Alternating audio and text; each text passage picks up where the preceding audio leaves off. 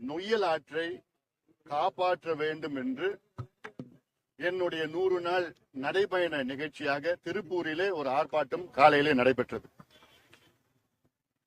நொய்யல் ஆறு காவிரி ஆற்றின் ஒரு கிளை. நொய்யல் என்றாலே நோய்களை காப்பாற்றுகின்ற, நோய்களை தடுக்கின்ற ஒரு ஆறாக ஒரு காலத்திலே இருந்தது. வெள்ளையங்கிரி மலை, கோயம்புத்தூரில் மேற்கு பகுதியில் உள்ள வெள்ளையங்கிரி மலையிலே அங்கிருக்கின்ற மூலிகை சூழ்ந்த அந்த தண்ணீரில் தோன்றுகிறது நொய்யல் ஆறு. அதனால்தான் நோய்களை தீர்க்கின்ற ஆறாக அந்த காலத்தில் இருந்தது. இது சோழர்கள், சேரர்கள், பாண்டியர்கள் இந்த மூவேந்தர்களும் இந்த ஆற்றை பயன்படுத்தினார்கள்.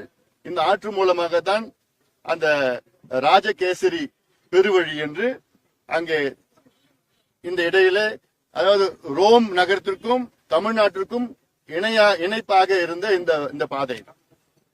இதற்கெல்லாம் அவ்வளவு வரலாறு இருக்கு. ஆனால் இன்று நொய்யல் ஆறு சாக்கடையாக மாறி இருக்கிறது. இந்த நொய்யல் ஆற்றை பாதுகாக்க வேண்டுமல்ல, நொய்யல் ஆற்றை காப்பாற்ற வேண்டும் என்ற சூழல் வந்திருக்கிறது. இது சம்பந்தமா பாட்டாளி கட்சி கடந்த காலத்திலே பல போராட்டங்கள், ஆர்ப்பாட்டங்கள், கருத்தரங்கங்களா நடத்தியிருக்கிறோம், அழுத்தம் கொடுத்திருக்கிறோம், தொடர்ந்து நாங்கள் கொடுத்துட்டு வரோம்.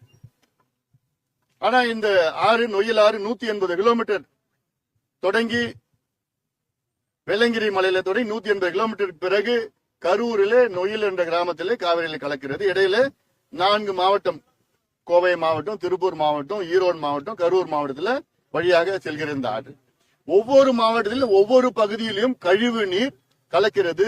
கோயம்புத்தூர்ல பாத்தீங்கன்னா இந்த செங்கல் சூளை கழிவு, ரசாயன கழிவு, தொழிற்சாலை அதிகமாக கழிவுகள், அது இல்லாமல் அந்த கோழி இறைச்சி அது கழிவு, மனித கழிவு.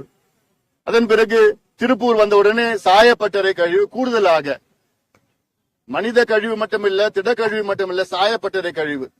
இந்த பகுதியில் கிட்டத்தட்ட 30,000 சாயப்பட்டறைகள் இருக்கிறது. அந்த கழிவுகள் சுத்திகரிக்கப்படாத கழிவுகள். ஒரு நாளைக்கு 9 கோடி லிட்டர் கழிவு நொய்யலில் கலக்கிறது. இது இல்லாமல் 18 சுத்திகரிக்கின்ற ஆலைகள் என்று பேருக்கு தான் வேலை செய்யுது. அதுல சுத்திகரிப்பு எதுவும் நடக்கல. அந்த கழிவு நேரடியாக அப்படியே இதுல மறுபடியும் நொய்யல்ல கலக்கிறது. இதுக்கு இன்னும் கீழே வந்தேன்னா ஒரத்துப்பாளையம் சொல்லிட்டு ஒரு தடுப்பணை இருக்கு. அந்த ஒரத்துப்பாளையம் தடுப்பணையில அங்க போய் இந்த கழிவு எல்லாம் போய் தேங்கி நிக்குது. அந்த ஒரத்துப்பாளையம் கீழே இருக்கிற விவசாயிகள் அந்த அணையை திறக்க கூடாதுன்னு பல போராட்டம் நடத்தியிருக்கின்றார்கள். திருப்பூர் தகவல்கள் மற்றும் செய்திகளை உடனுக்குடன் தெரிந்து கொள்ள திருப்பூர் டைம்ஸ் சப்ஸ்கிரைப் பண்ணுங்க.